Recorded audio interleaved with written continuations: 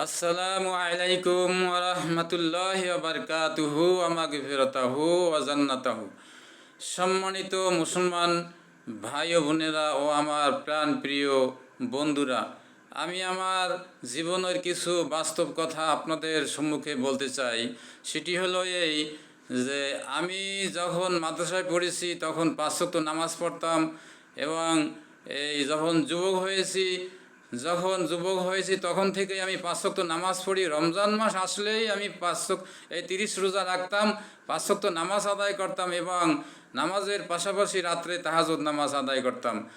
এখন আমি মাদ্রাসায় পড়ি না, বিয়ে শাদী করেছি, এখন সংসারাদি হয়েছে।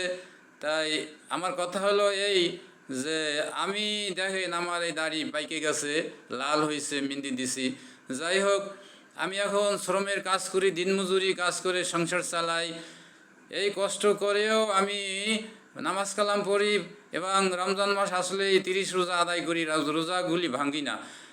আমার উদ্দেশ্য হলো এই যে আমি দেখি অনেক মুরব্বী ভাইরা, বোনেরা, বন্ধুরা রোজা রাখে না, নামাজ পড়ে না।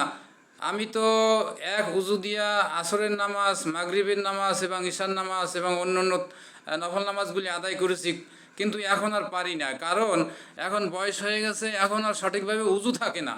আমার বয়সে যদি হয়, আমার তাই ধারণা আপনারা যারা রোজা রাখেন না, নামাজ পড়েন না, বয়স হয়েছে বলেন যে মসজিদে যাব, আর এখন সময় না, একটু আর বয়স হোক তারপর যাব। কিন্তু আপনার যখন বয়স দাড়ি পাইকে গেছে অথচ নামাজ পড়েন না, রোজা রাখেন না, এখন যে কোনো সময় আপনার মৃত্যু হইতে পারে। মৃত্যুর কোনো নির্দিষ্ট সময়সীমা নাই।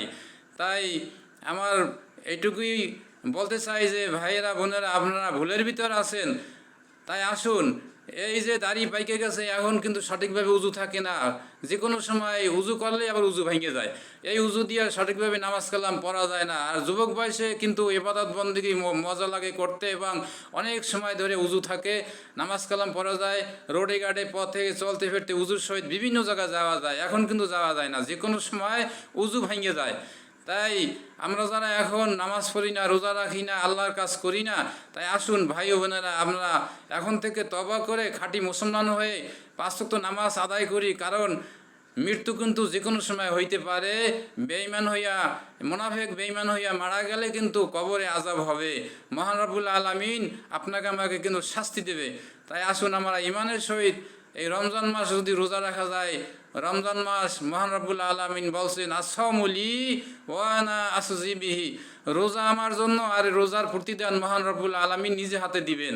তাই এই পুরস্কার পাওয়ার জন্য রোজা রাখুন, নামাজ পড়ুন, এই রমজান মাসে বেশি বেশি করে ইবাদত বন্দেগী করার চেষ্টা করুন। এখন থেকে তওবা করে আসুন। এই দাড়ি পাইকে গেছে, আপনাদের অনেকের দাড়ি পাকছে, অনেক ভাই বোনেরা বড় হয়েছে, নামাজ পড়েন না, বলেন যে নামাজ পড়বো। উজু দিয়ে আমি নিজেই এখন উজু করি, উজু সঠিকভাবে থাকে না। যুবক বয়সে সঠিকভাবে নামাজ কালাম পড়ছি, কিন্তু এখন কিন্তু উজু সঠিক থাকে না। তাই আমার জীবন থেকে এই ইতিহাস আমি পাচ্ছি। কিন্তু আপনারা যখন বলেন যে বড় হব, বয়স হবে, তারপর মসজিদে যাব, নামাজ কালাম পড়বো, এটি কথাটা কিন্তু ভুল।